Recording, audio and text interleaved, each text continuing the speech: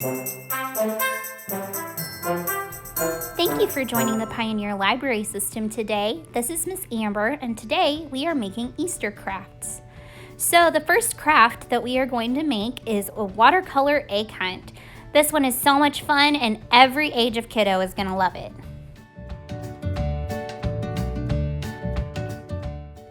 So for this craft, you're only going to need a few items. You will need a watercolor palette, some paper, a green and white crayon, and that's it. So the first thing that we're going to do is we're going to start drawing little patches of grass, and this is where we're going to hide our Easter eggs.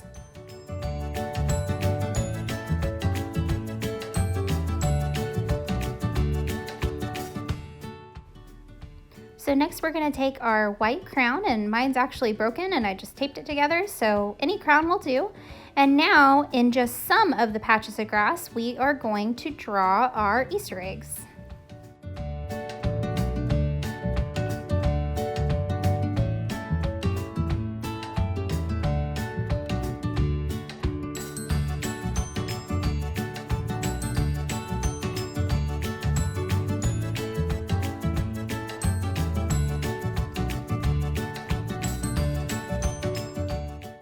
And now it's time for the fun part. So now we get to hunt for our Easter eggs.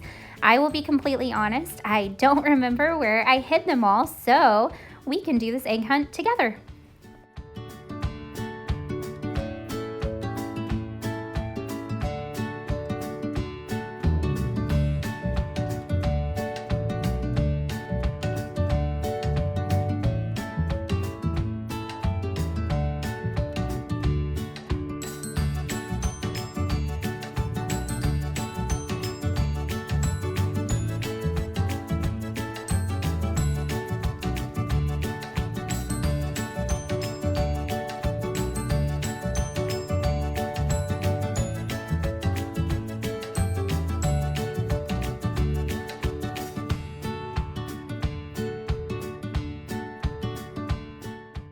Now, if you don't want to go one color at a time, you can also do what my daughter decided to do, which was just scribble paint all over the paper. That's perfectly fine. You're still going to find your eggs, and they're going to have a lot of fun making that mess.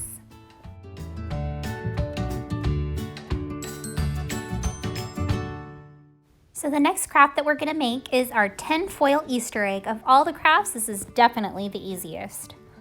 So you only need 3 things for this craft. You need tinfoil, Sharpies, and scissors to cut an egg shape out of your tinfoil. So now it's time to get creative.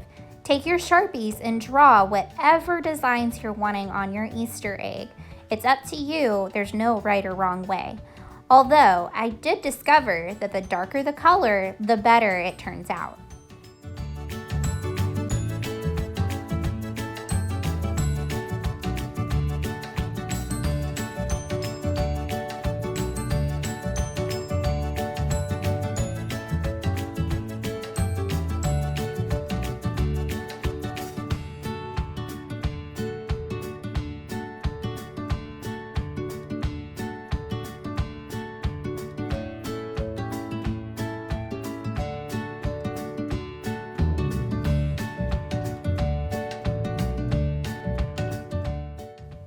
Next up is our salt art Easter egg.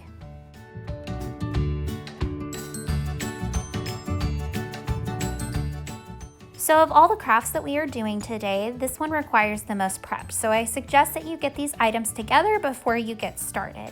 You will need salt. You will need a dish that you can put the salt inside in a thin layer.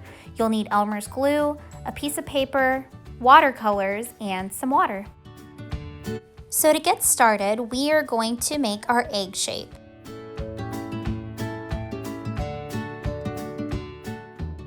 Once you've done that, you can start decorating your egg.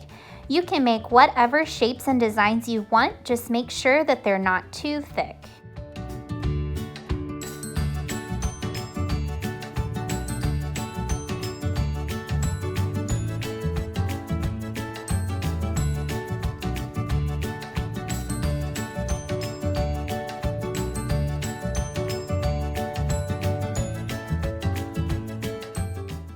So now that you've finished your design, you can start adding the salt. Now the first way I did this, you'll see in the video, I just applied salt directly to the picture. This is actually not the best way to do this because you can't get the salt off fast enough and ended up clumping all over it. So I'm actually going to show you a different video. And in this one, I took that dish and we just sprinkle it over. You're gonna use a lot less salt. It's a lot easier to clean up and it makes a better picture at the end. So whenever you're making your picture, make sure that you have a big enough dish for the size of picture that you want to make. But have your dish and sprinkle it over the top rather than just pouring it over the top. It'll end up looking a lot better at the end.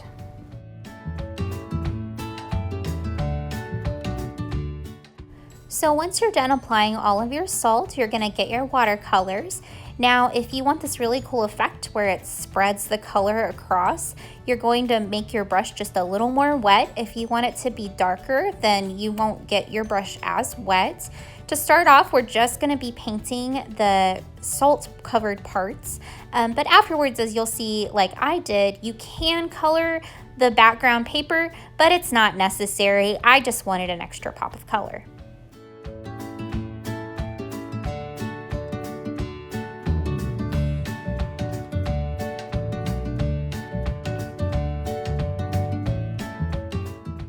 So here I start adding a background color. I started adding a little bit of yellow because I didn't use any on my salt project. So I decided I just wanted an extra pop of color. You do not have to do this. It'll look just fine if you don't add any color to the background. And as you can see, it does look pretty messy, but once this dries, you won't even be able to tell and it'll look really wonderful. And now we sit and we wait for everything to dry. So now that our egg is dry, I have cut mine out and put it on another piece of paper. And my favorite thing about this project is once it dries, that salt gives it a very sparkly effect. I think you'll agree, it is very, very pretty.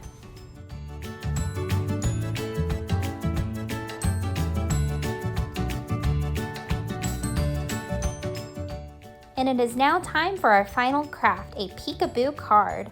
This is a really fun card that you can send to your family. I'm sure that they would love an Easter surprise. So you don't need a lot of materials for this craft, but you will need a little more prep time. So the things that you're going to need, you will need a piece of white paper folded into thirds. You will also need some yellow paper or some paper that you've colored. You'll need orange and pink as well, and then something for your egg. You'll also need a black pen, a glue stick, or some glue. Oops, I forgot one more thing you'll need, scissors. So we're going to cut 1/3 of our paper off of the end. So you're gonna go ahead and cut along that line. Once you've removed that, we're gonna turn it over, and now we can start adding the pieces of our little chick and its egg. So with our 1/3 piece folded over, we're gonna go ahead and attach the top part of our egg. After you've done that and you think it's where it needs to go, we'll add the bottom part onto the part that's not folded so that it lines up. Now we're gonna open it up and we're gonna stick our chick inside of its egg. You wanna make sure that he is low enough that you're not gonna fold the paper over on top of his head. Now we can start adding the details. So we can add the little feathers on top of his head, and then we can start adding his wings.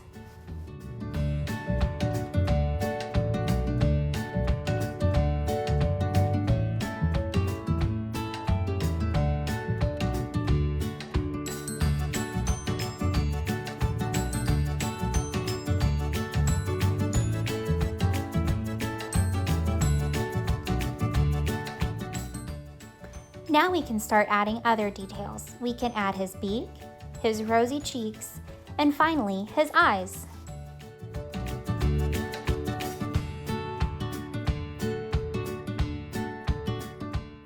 So now it's time to add the message for our pop-up card. So in ours, we're going to write Happy Easter. Now, the reason that we are writing it on this extra piece of paper that we cut off is because if we wrote this on the inside of our card, it would bleed through and you would actually be able to see it, which doesn't make it much of a surprise. I'm going to add some extra little dots just to make it look a little more fun and festive.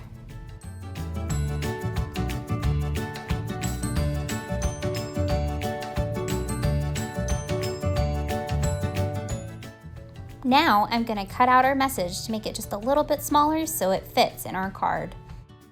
Now it's time to attach our message, so we're going to glue it just right over the top of our little chick.